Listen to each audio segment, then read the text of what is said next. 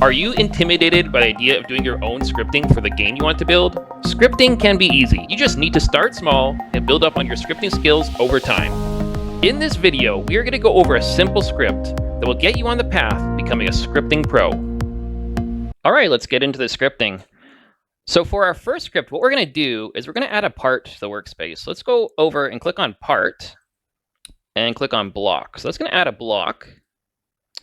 All right, so now we got the block here just kind of spawned over top of our spawn location. So if you look over in the Explorer on the right-hand side here, you'll see that the part is now in our workspace that we added. So this is the part here. So we're just going to rename this part. We're just going to call it block. So just right-click on the part and go to rename.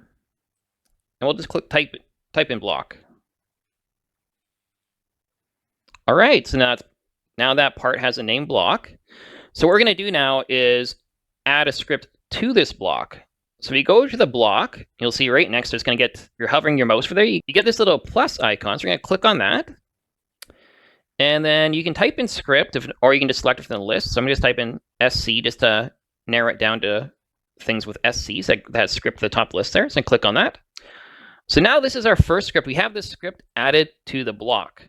So when you're doing scripting, you can add scripts into various different locations. So there's various different parts and models within your workspace can have scripts associated with them directly, like we just did for this block. So now this script is now on this block. So when you have a script that's added to a part like this, that's basically what you're going to do is you're going to add logic that's related to that part into that script. You can add script into other areas. We're not going to cover that in this tutorial, but there's like, for example, service script services. So you can add scripts into that, which will just be kind of general scripts for doing various different things within your game. All right, so when you first create a script, you'll notice that it already has a line of code in the script already. So what it does is it starts off with a print statement that has hello world as a string within that print statement here. So what a print statement does is when you're running your code and it's going through and executing the lines in your code, it runs into any of these print statements. It's going to print it to the output window. So if you look down at your bottom of your screen, you should have the output window. So that's where you'll see the hello world when we run this.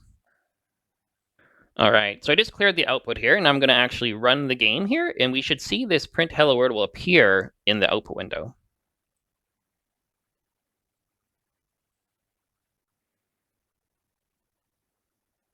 All right, so you can see the very first line that got printed into the output window is the hello world statement. So that's exactly what we're looking for there. So you can change the messaging to whatever you want in the print statement, obviously. So currently it's hello world. You could change that to something else. So say, for example, you're debugging a certain method and you want to know when that method is being called, you could just put the name of the method in there or whatever is appropriate to what you want to do at the time. All right, so the next thing we're going to do is we're going to add a variable to this script. Move this down to line 3. And on line 1, I'm going to create a variable and I'm going to call it message.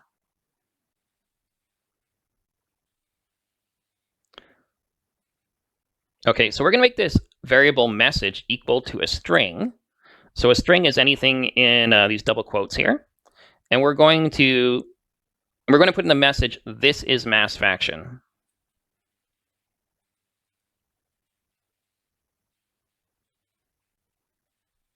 Okay, so now we got our local variable here, and the variable is called message. And that variable has this is MassFaction string assigned to it. So now what we want to do is we want this hello world message to include our message that we put in this local variable here. So what you can do is you can concatenate strings together. So to concatenate two strings together, what you want to do is you're going to put in 2 periods and then the name of the variable here. So we're just going to go and type in the name of the variable. So now let's run this again. All right, so we got hello world, this is MassFaction. We should have a space in there. That would make it a little more cleaner. Add in the space, and let's run it one more time. All right, so there's our print to the output window, hello world, this is MassFaction. All right, pretty simple. All right, let's go back to the 3D viewport here, and we're just going to go and we're going to click on the block that we added here.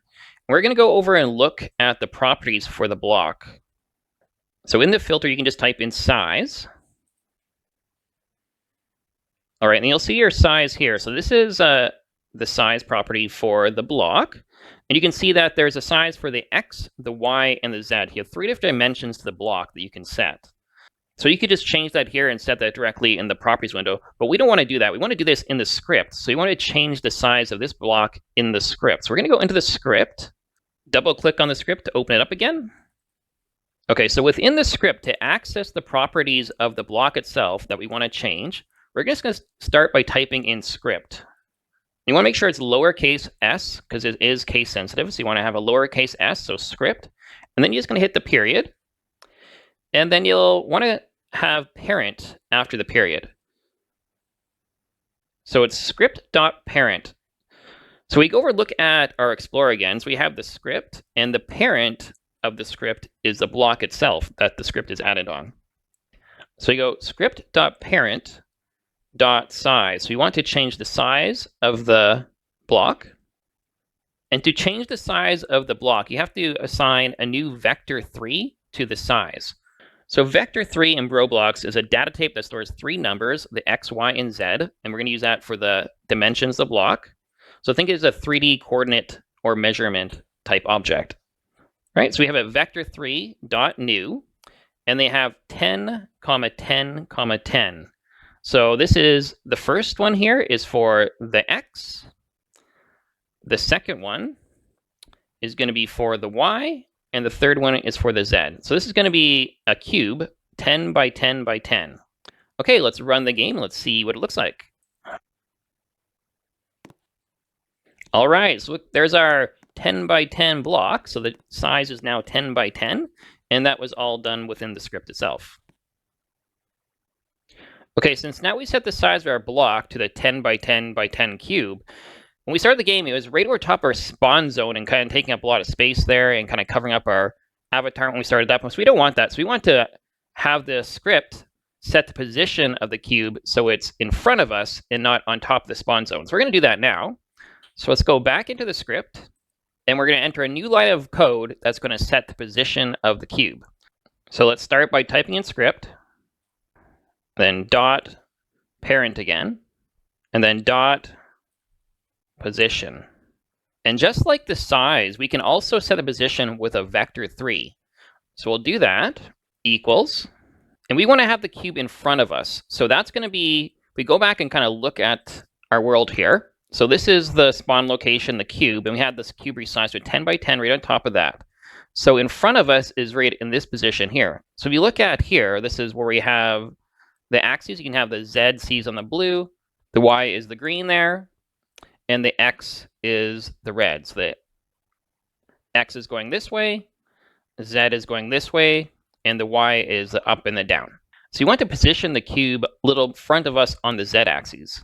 So to do that, we're going to leave the X at 0, and we're going to leave the Y at 0. So we're not raising it or lowering it. And for the Z, we're going to set it to -20. So why did we use -20? So let's go back over here. So the spawn location is currently right in the center is at 0, 0 when it comes to the X, Y, and Z. So we're at the 0 position. So for the Z, going this direction, that's negative values. And going the opposite direction, that's positive values. We want to have it in front of us, so that's going to be a negative. So we're putting it -20 in front of us. Okay, so let's click play to run the game. All right, so you can see now we have the cube sitting in front of us. It's not being placed right on top of our heads. Much better. Go over there, walk around it. There it is. Perfect. Okay, I'm just going to comment out this line of code. So to add a comment, you can just go in front of it and put 2 little dashes in front here. So this now turns this into a comment. So you see it's grayed out now. So if we run this, that means the comment it's a commented out line, so it's not going to execute that line. So a lot of times comments are just for adding in details related to what's going on in the script, just so if someone comes and looks at your script, they can kind of understand what's happening there. So you can go like, so we have a comment here, this is setting the position of the part. So another way you can set a position is, instead of using the vector 3, you can use a C-frame. So C-frame stands for coordinate frame. So C-frame is a data type that represents both position and orientation.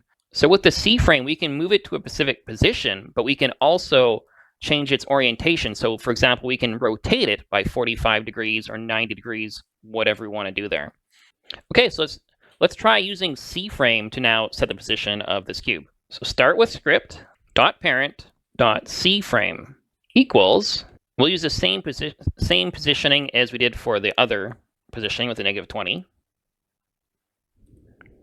And since we're using the C-frame, we can also change its orientation. So we're going to rotate it 45 degrees. So to that, we can do multiply C-frame period angles, then 0, comma. We're going to do math.rad 45, comma 0. All right, so we're using the C-frame to set it to the position we had before with a -20, and then we're going to rotate it 45 degrees. Okay, let's run the game and see what that looks like. So there we go. It's in the same position in the front there with the -20, but now we have that rotation. So it's now rotated 45 degrees. Okay, I'm going to get rid of the C-frame, and we're going to put it back to just using position. So I'm going to uncomment this. The next thing we're going to look at doing is setting the color. So just like there's multiple ways you can set the position with the vector 3 or with a C-frame, there's multiple ways you can also set the color. So we're going to look at 3 ways of setting the color. Okay, let's go and look over at the properties for the block. And you can go into filter and type in brick color. So find the brick color property, and you'll notice that there's to the right-hand side, you can see where the color is set. So we have it set to medium stone gray. So click on that, and you have all these different colors. Each of these colors has a name that's been associated to this color. So you can take that name and then set that name as the brick color, and that's going to change the part to the brick color. So you can do that all in the scripts. So let's try that out. So one of the colors here is bright red. Let's try setting it to bright red. All right, so just like before, we're going to start with script dot parent dot brick color. So to set the brick color, it's equal brick color dot new, and then your color. So let's go brick color dot new. It auto set it to really red here. So we're going to change this to what we want. We want this to bright red. So we're going to change that to bright red. So with these brick colors, it already basically has all these defined colors by name, and each of those names already has predetermined values for the color. So it knows what to set the color for. That's what the brick color dot new is doing. So it's looking up and finding bright red and what its various color properties are and associating that to the part. Okay, let's click play and run it and see what it looks like. All right, there we go. We got a bright red cube looking pretty nice. All right, I'm just going to comment out this line. So brick color is one of the ways to set it, but then there's also just the color property on the part. So you can just directly use the color property to set the color. So let's go script.parent again, this time .color. So when setting the color property, we set it to a color 3. So the color 3 is a type that has 3 channels, one for red, one for green, and one for blue. So each channel takes a value between 0 and 1. So in this case, as you can see, we have the red channel not set to 1, and the other 2 channels are at 0. So if we run the game now, we're going to have a red brick. So let's do that. All right, so now we got a red brick using the color property. All right, let's make it a mix of red and green.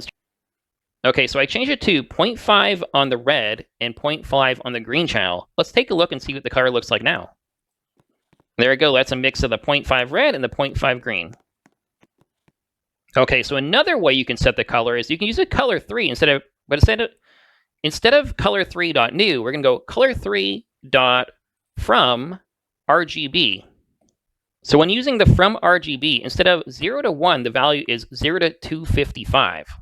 So if I go 0, comma 255, which would be on the green, then comma 0, that's going to give us green. If you say set this to 0 here, and I go 255 here, it's going to give us blue. All right, let's play. And there we go. So another method for setting the color, and we set it to blue this time. Nice blue. There is a number of different properties you can set on your part in your scripting. So just going to look at a few more. There's a lot more than this, but for example, you can set the transparency. So here we got script.parent.transparency. So the closer this number is to 1, the more transparent it is. So if I put it down to 0.1, it's not going to be that transparent. Put it up to 0.9, it's going to be almost completely transparent. So you can also set the shape. So we had this as a block, but we're going to say you want to set this as a ball. So it's just script.parent.shape, and that's an enum called part type. So it's basically like a predetermined list of what you can select from. So you can select ball, you can select block, wedge, cylinder. We're just going to go with ball this time. All right, so you can also set the material. So same thing with the shape, it uses an enum. So it's a material enum. And we're going to set it to neon, but there's a large variety of different materials you can select from. So go there, you can see there's wood planks, air, mud. Let's just go with neon. So neon's kind of neat because it makes it like a shiny, kind of almost like a neon sign. And you can also set the anchor property. So we're going to set it to true, so that'll prevent it from falling. So since we're setting this as a ball and we're going to have it anchored, I've also went up here to the position and set the Y to 7. So it's going to bring it up above the base plate a little bit, so it's kind of floating in the air. All right, let's run the game and see what it looks like. All right, so there we got our blue ball. It's fairly transparent there, and it's anchored just above the base plate. So that's the result of the additional lines we just added to our script.